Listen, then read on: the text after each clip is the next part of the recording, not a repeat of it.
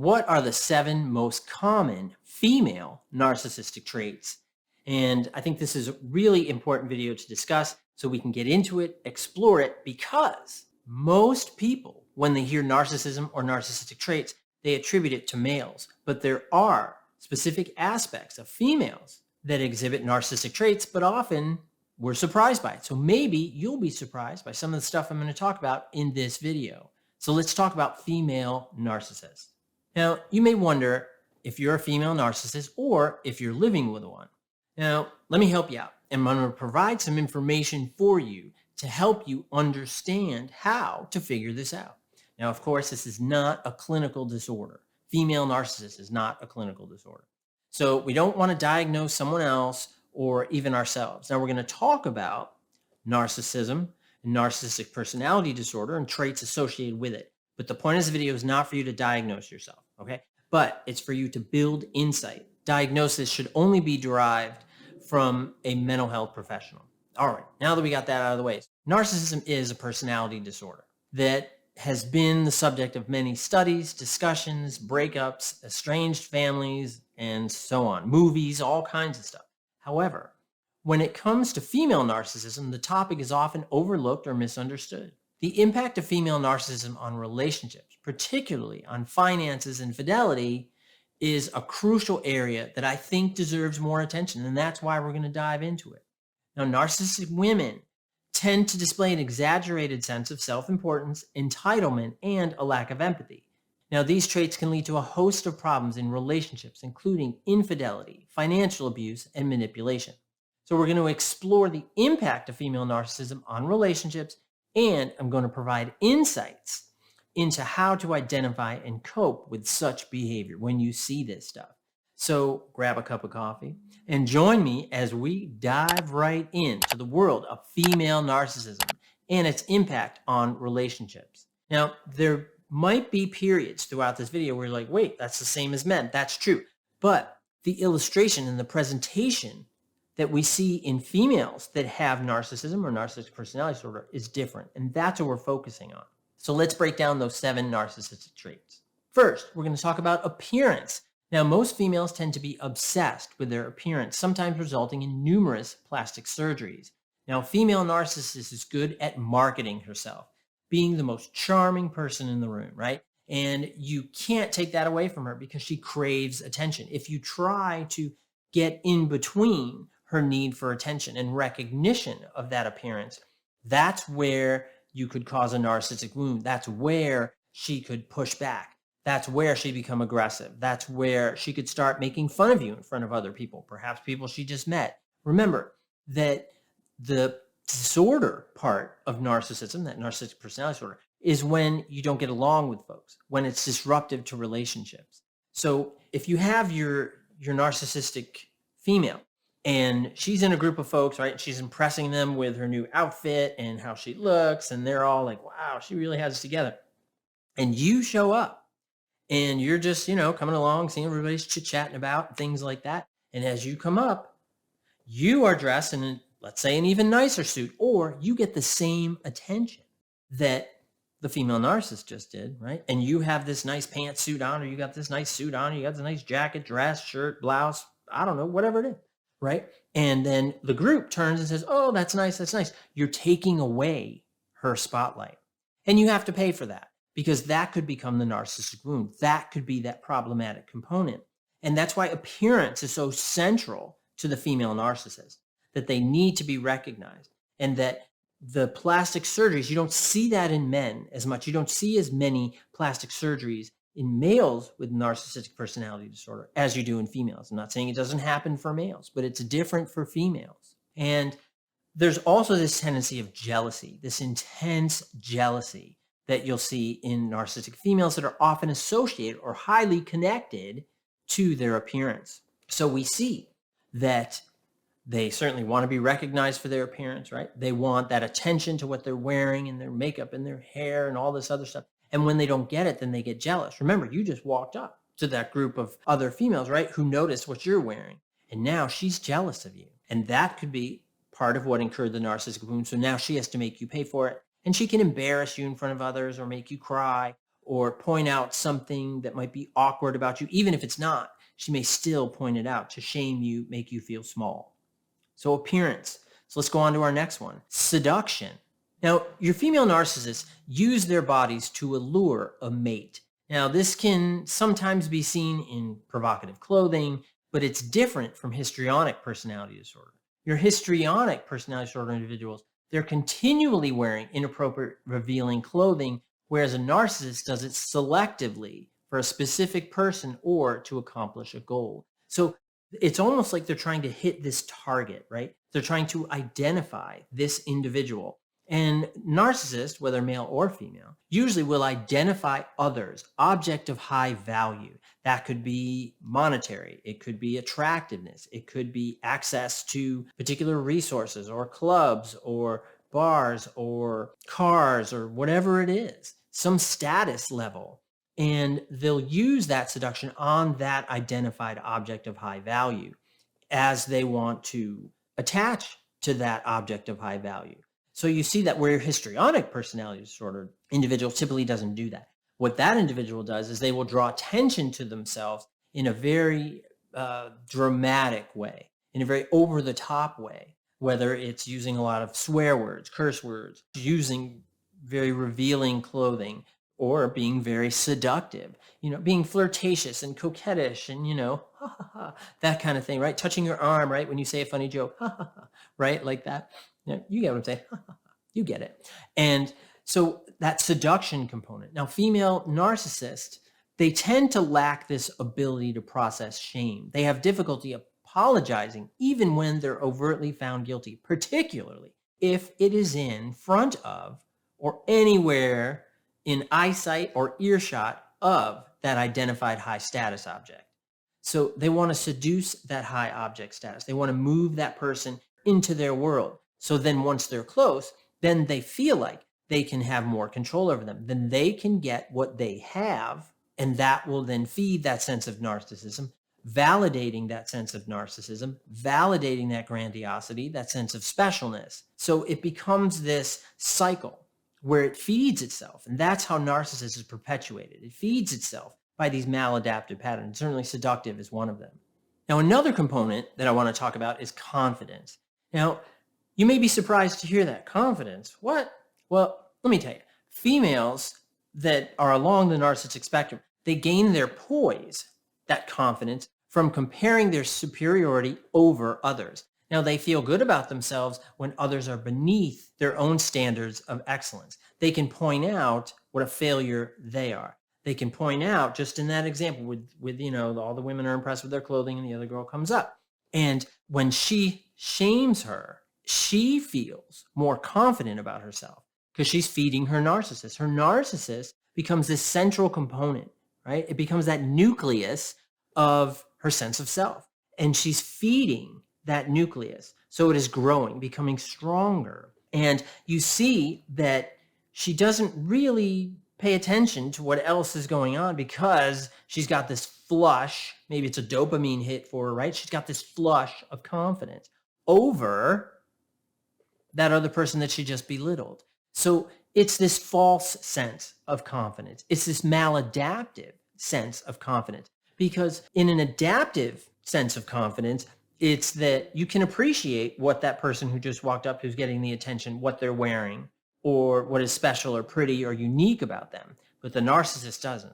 Because at their core, those central components of narcissism is self-doubt, fear, guilt, inferiority, and shame. And it's those things that drive that narcissism. And you see this false sense of confidence. And it's a very maladaptive sense of confidence. And they belittle the accomplishments of those that they feel are beneath them so that they can have a sense of greater strength. In many ways, it's like Yertle the turtle. I don't know if you ever read that book, but Yertle the turtle, he had to be higher, and higher. And he wanted his subjects, his little turtles, to continue to make him bigger and stronger and grow taller so he could see more of his kingdom and more of his kingdom. But if you remember the book, and spoiler alert, but he gets so high that he topples over and he's covered in mud. And you don't want to be Yertle the turtle. But individuals with narcissism have poor insight, and individuals that are females that are along narcissistic spectrum also have that poor insight. So they don't see that maladaptive confidence and their behavior and how destructive it is. They just see that they're growing higher and higher and higher. And that's what they focus on. The next component that we're going to talk about is money.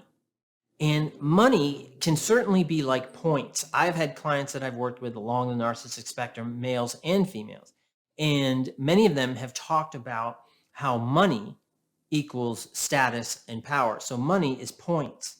So the more points that I have, the more power and control I have, and the more I can manipulate or control other people's lives. And that gives them that sense of power. That feeds that narcissism. Remember, becomes this perpetual cycle of maladaptivity that keeps feeding itself. And money can be a huge part of that. And females that are along narcissistic spectrum, they just love excessively spending money, particularly on things that are very flashy. And even though there's no shame or remorse in how much they're spending or ruining their bank account, things like that, most narcissists don't have a lot of money. Most narcissists achieve very little. And this is in large part because they're spending so much and they're so afraid of achieving that they would rather sit back and are shrouded by that narcissism. And it creates this distorted image of self and others. So what they see is what they wear and not that debt that comes with it, and not that loss that comes with having to manage the bills, manage your spending. Because if you have to manage your spending, then you're certainly not a high status, special, unique person that you deserve to be. And that goes to that central component of narcissism, that maladaptive belief. So money is absolutely a component. We could even call it a trait because of the way that they do spend money, the way they recklessly spend money. And you see how destructive this is. So the next one that we're going to talk about is fidelity. Now, females along narcissistic spectrum, they act more like black widow spiders, and they're idealizing their mate to attract them and emasculate them. And for the spouse or partner, the more they give, the more the narcissist wants. And it becomes insatiable. It becomes you're always doing more. You're always trying to achieve more. You're always, because you're also held accountable for that individual's health, welfare, beliefs, happiness.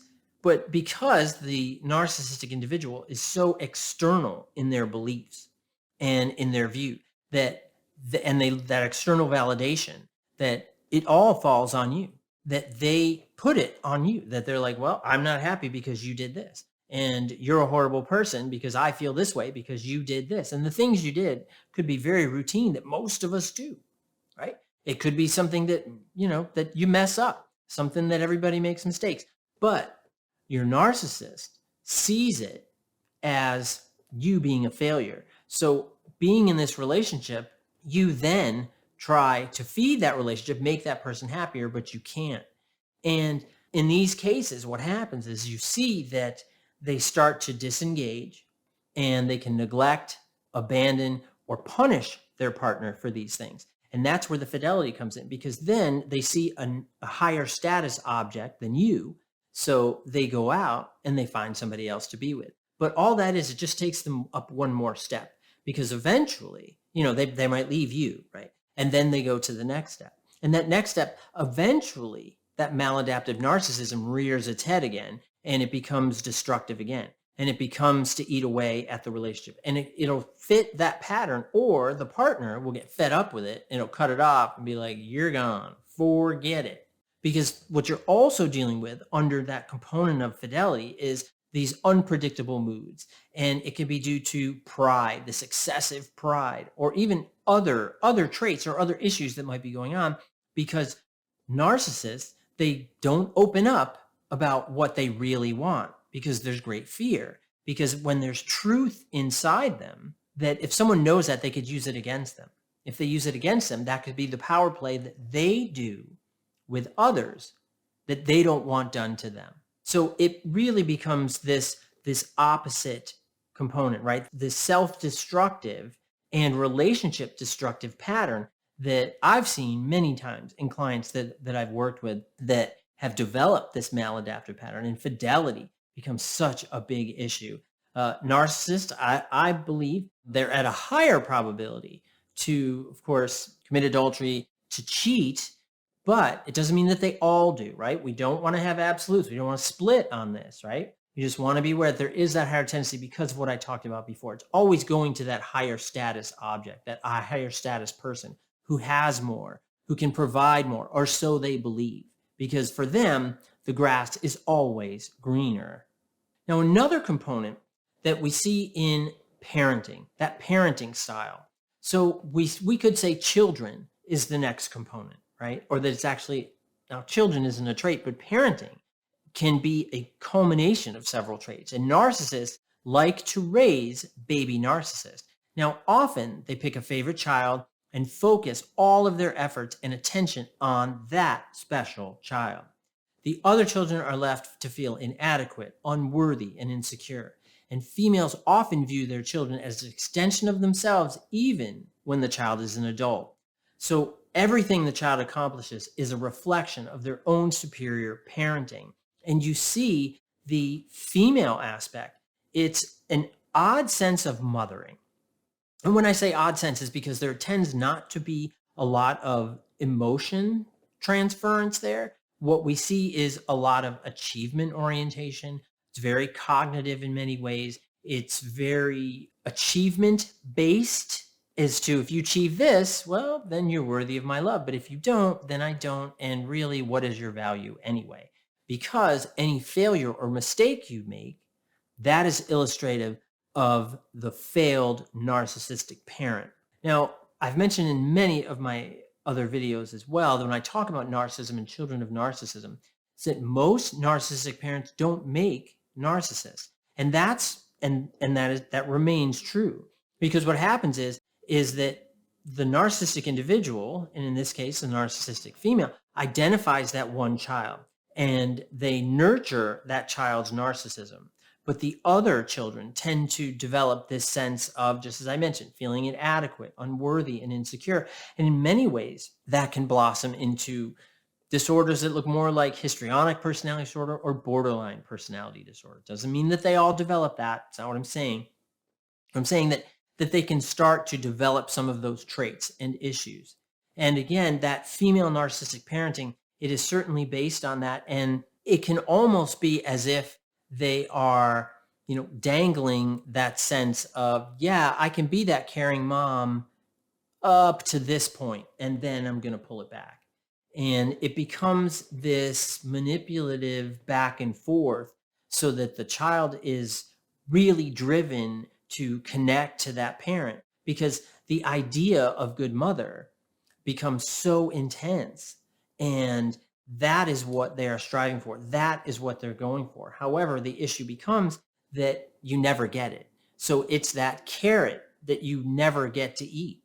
It's that goal that you never get to achieve. It's that marathon, and you're constantly running it, and there's no finish line, but you want to keep running it, and you get into it. And because you've been running it for so long, you're kind of like, well, I guess I'll just keep running it. So you see that trait, and we're going to call that the children, even though children isn't really a trait as we know, but it's more like parenting style, parenting approach, parenting via narcissism. We see it more clearly in narcissistic females, because narcissistic males, often they are more likely to take off. They're more likely to identify failures in their children. Now, they will pick some special children, but I think they are at a higher likelihood to abandon that family, abandon those children and spouse, and be like, well, I'm going on to something better, right? And we can go back to that sense of fidelity that we talked about before, and we see that in males, but of course we're attaching it now to the children component. So lastly, and this I think is one of the most interesting components, is talking about the competition. And competition can be something that can be really, really delicate for many narcissists. And your narcissistic females are certainly not immune to that issue. And competition, so nothing proves supremacy quite like the competition for a narcissistic individual. They love an opportunity to excel over others whether it's at work or at home, wherever it may be. And this can be brother to brother and parent-child relationships. Females battle with other females for dominance. And that dominance is that sense of competition. Just like it goes exactly to that point of, again, when I talked about earlier in the video, it's that women are commenting the female narcissist on her way she looks and things like that. And that other person comes up. And that becomes that competitor. And they have to dominate that individual because it triggered that emotional button of insecurity and that sense of doubt, shame, guilt, inferiority. And so they have to try to manage that narcissistic wound. And you see this, it can, just as I mentioned, in a wide variety of different types of relationships. And because that competition becomes the food that feeds the narcissism, a lot of times they will get into competitions, or in competition, I don't mean like an actual formal like competition, right? Not going to be like a tennis match unless they are amazingly good at tennis.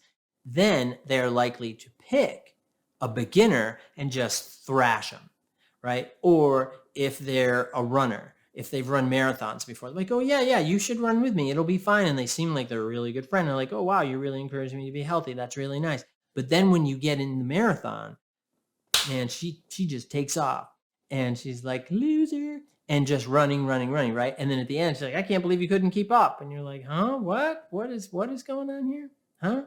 And so you feel lost and you feel stuck, but you fed that individual's narcissism. So you see that sense of competition can become so central.